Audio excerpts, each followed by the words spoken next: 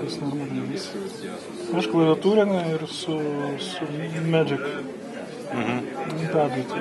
Žykla yra, reiškia, gali čia žinėti, kaip ir anksčiau, žinai, viskas kaip normaliai klaviatūra, čia irgi mygtukai yra, dešinis klavišas, iškiša tas aplikacijas. Control tabas berods kalbos jungiasi? Ne, kalbos jungiasi Windows tarpas, jo.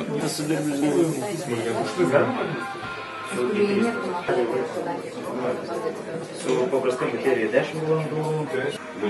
Telefonas, Active Tab mes turim tabą ir čia Active serija nauja. Tai yra Smart PC mūsų naujausias, 5 serija 9.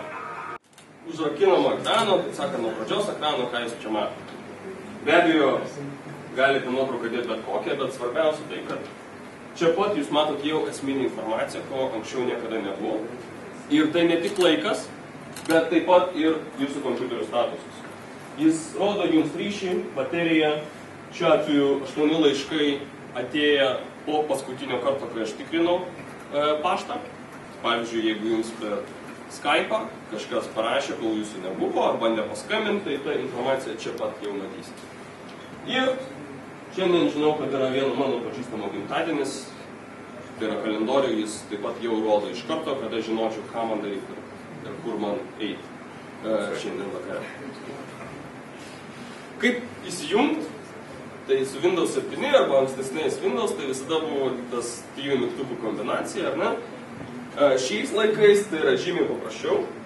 Jeigu jūs turite įprastą kompiuterį, tai tuomet yra bet kokio mygtuko paspaudimas, ką aš netyčia padariau dabar paspaudęs pelės mygtuką, tai būtų ir klaviatūra.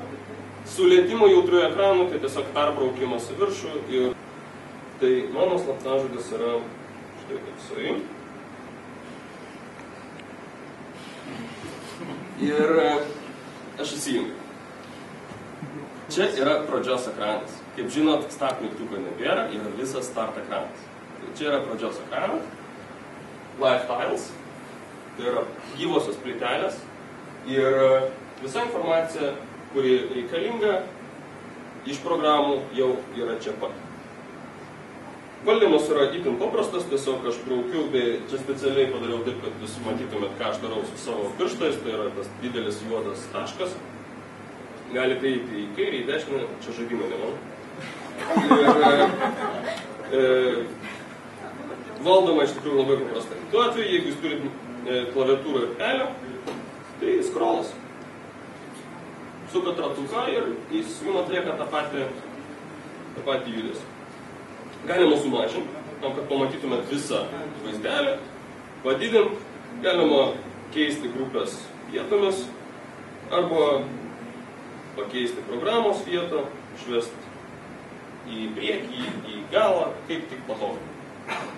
Taigi, jūsų pradžios ekranas yra jūsų asmeninis pradžios ekranas. Ir lygiai taip pat kaip ir mobiliam telefone, be abejo, su lietimo jautriu ekranu labai patogu, bet lygiai taip pat patogu su klaviatūra ir pele.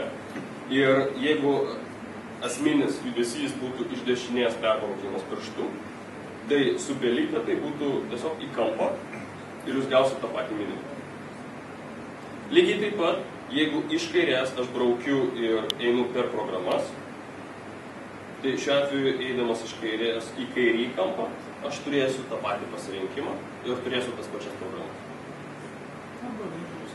Jeigu aš braukčiau iš viršaus ar iš apačios, tai atsiranda papildomos opcijos, tai su pelyte tai būtų dešinio mygtuko paspaudimas.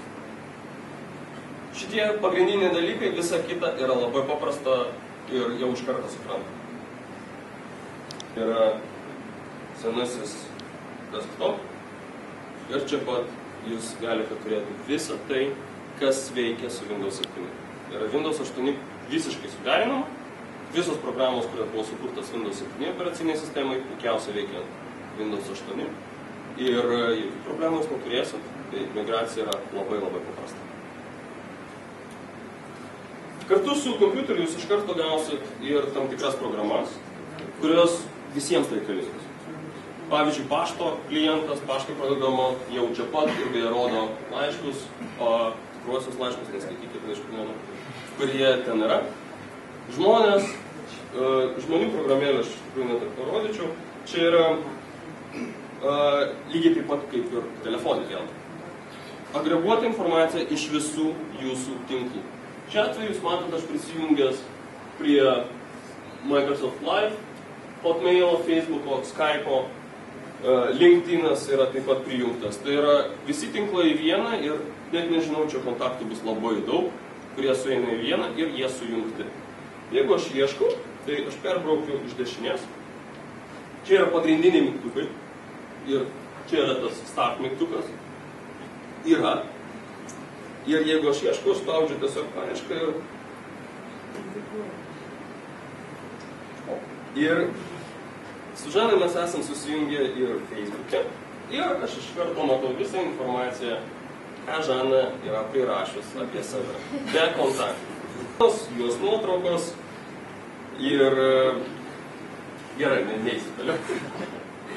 Arba galite paspausti tiesiog What's New ir tuomet iš jūsų tinklų, iš socialinių tinklų jau iš karto rodės visą tą agreguotą informaciją. Nereikia įti kiekvieną atskirai, žiūrėti, jūs čia pat gaunate viską. Labai patogu prieš susitikimą su žmogum pasižiūrėti, kuo jis gyvena ir tada iš karto kalbėti apie kas tai buvo, apie BBC. Kita smagi dalis, vėlgi, kalbu apie asmeninę patirtį ir be nuotraukų nelabai galiu gyventi.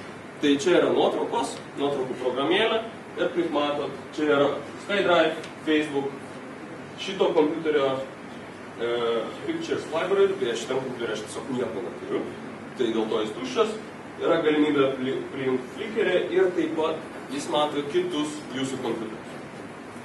Šiuo atveju aš tiesiog išjungęs, kad netyčia neparodyčiau, ko nereikia, bet jūs galite prieiti ir prie kito kompiuterio. Tai jeigu aš tiesiog nuspausiu SkyDrive,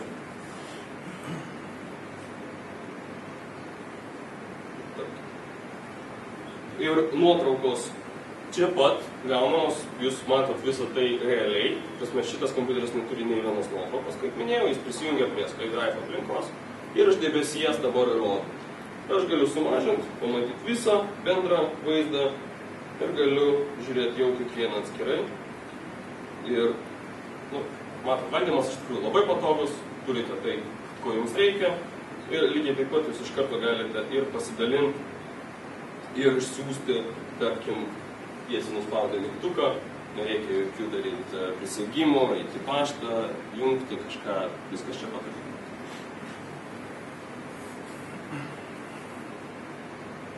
Ir kitas dalykas tai Windows parduotuvėlė, Windows Store. Pirmą kartą atsirandantis Microsoft Windows dalykas, Windows Store.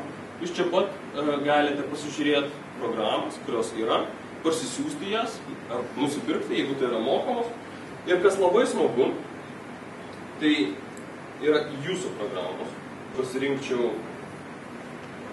visos programėlės, tai tuomet jis parodys visas programėlės, kurias aš esu įsigijęs ar parsisiuntęs per visus savo įrenginius. Ir kaip matėt, ten pasirinkimas buvo programėlės, kurios yra kitose kompiuteriuose. Dėl ko? Dėl to, kad kai jūs įsigijat ar parsisiunčiat vienam kompiuteriu, jūs iš karto turite teisę, licenciją, naudotis iki 5 kompiuterių su jūsų vardu. Jūs mokat tik vieną kartą ir turit 5 kompiuteriuose. Prisimenat, Kristijonas kalbėjo apie 4 įrenginius per žmogų. Vidutinės skaičius.